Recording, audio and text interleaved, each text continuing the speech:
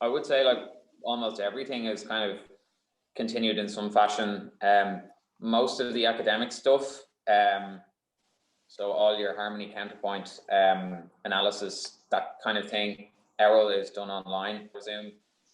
And then all of your in-person classes are generally, or in-person lessons are in-person in the academy.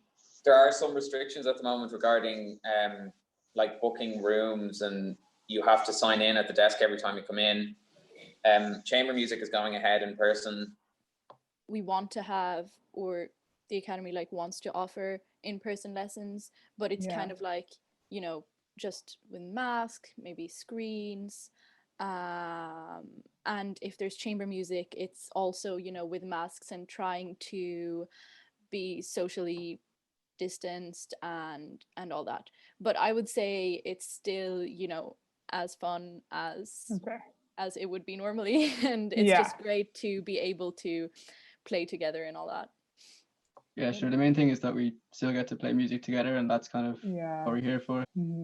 Yeah, like compared to other college, I think we're really having the best experience out of any other courses, because we're getting to go in person and see each other and get like to actually experience what we're kind of here for, which is really, really nice. There's a choice, actually. It kind of depends on the student and the teacher. Like, for me personally, I have 2 1-hour lessons per week, but I know plenty of people who have just 1 2-hour lesson.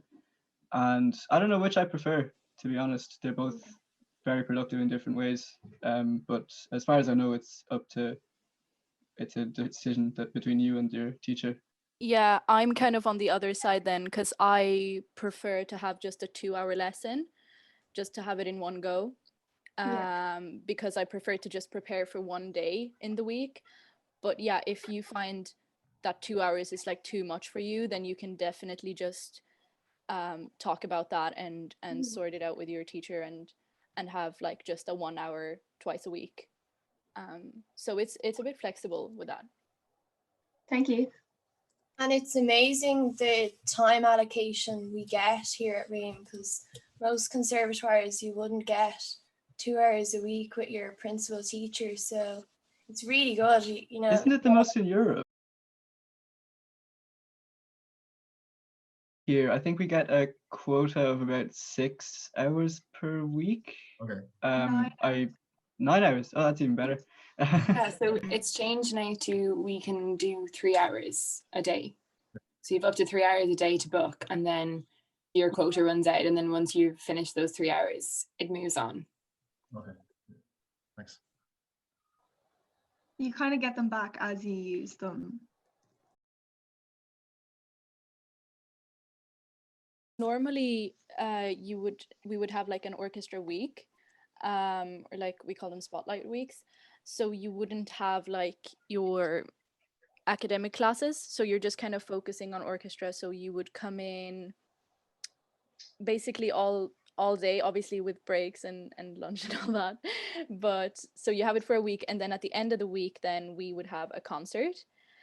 So yeah, it's you start off with sectional rehearsals, and then it's kind of like the full orchestra.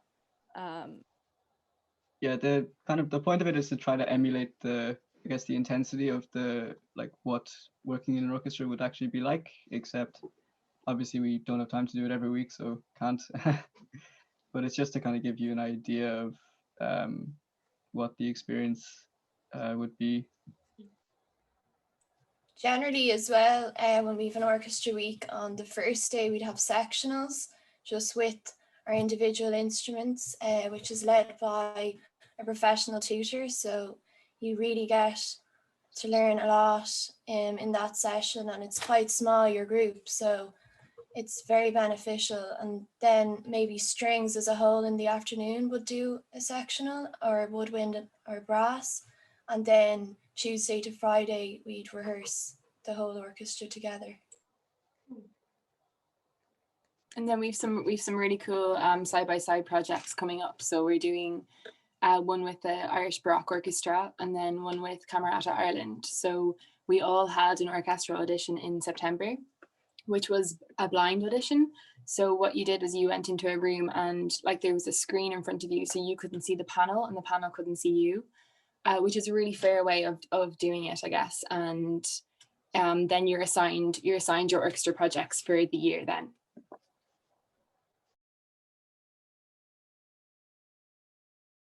Sarah, who's the head of strings, kind of assigns you to groups that she thinks will suit you, that you'll kind of get the most from in the year. I suppose after first year, you're kind of encouraged to form your own groups and work with people who you think you'll get on well with and you have similar goals and interests, and you know what you kind of decide together, maybe even what rep you want to work on for the year, which is great as well. If you have like ideas of what you want to do, like what usually happens is, like I'm in 4th year now, so you know you kind of know people around and they know you. So if someone has like an idea and they're like, oh, I need a violinist for this quintet I want to do, so they might just like text you and ask, and then you might do the same. Like you might have something that you really want to play, and then you try and find people who will be interested in the same thing. And sometimes it's like, oh, I really want to play that and we're going to form a group. And sometimes it's like, oh, maybe you can ask this person instead or something. So it's kind of, but if you just have no idea whatsoever, it's not like you're going to end up doing nothing. You will be put into a group and but you can also have it's very like free choice as well.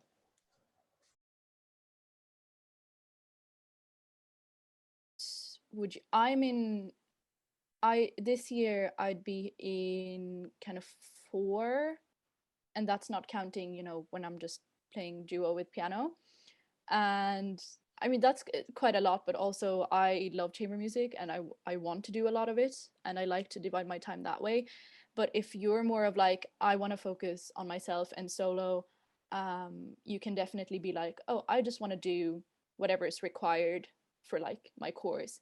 And maybe actually if you're in 1st year, maybe, I mean, I don't know, but maybe it's a good idea sometimes to focus on solo. Or so yeah, it's very free and you're open to do what you want.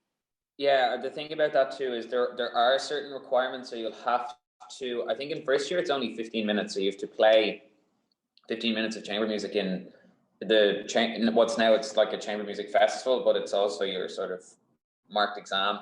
And that will, the further you go on, the requirements are longer. So I actually don't know final year requirements. I think it's something like 40 minutes or 45 minutes. Half an hour, okay. And also for masters, then it would be sort of similarly around that kind of length of time. And you're kind of perfectly entitled to sort of only do, as Inana said, only sort of take the required time and only play that amount if that's what you want, or equally be in more groups.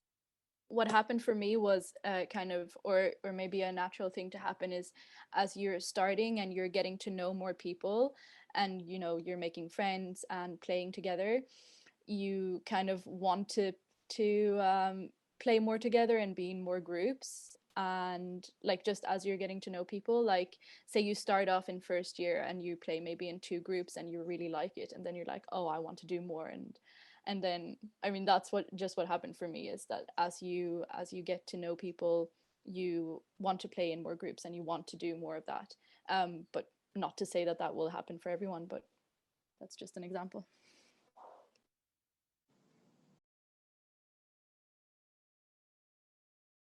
Sure.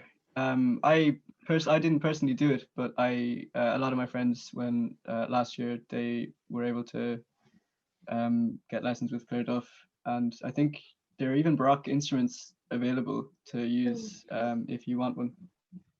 Yeah, you can definitely. So I'm doing my 4th year elective in Baroque violin, but I have been doing Baroque violin for probably about 3 years. So you can definitely do it like straight away when you come into the academy, and they're really eager to have students specializing in it as well. And it just means that you get a lesson, you get 10 hours over the year with Claire Duff, who is the principal of the Irish Baroque Orchestra. So it's really cool. And there's also lots of opportunities for violists and for cellists as well. And yeah, there is instruments that you can use and take loan, and Baroque bows as well, which is really cool. And they're willing as well to let you kind of start it with no experience previously. So I'm taking Baroque second study this year as well, and I wouldn't have had experience playing on period instruments or, you know, playing that repertoire necessarily. So it's great. You don't really need to have the experience previously.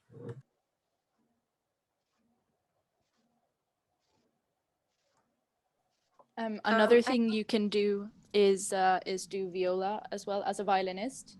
That's also encouraged. And as I said before, I'm in 4th year and I only started basically this year on viola and having like 0 experience, and you can elect to get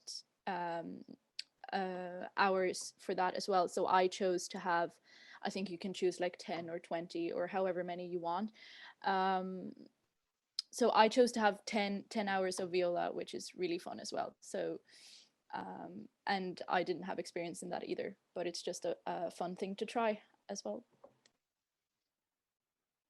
So yeah, thank you all for coming and asking your questions, and we enjoyed seeing you all and hope that you'll come to the Academy.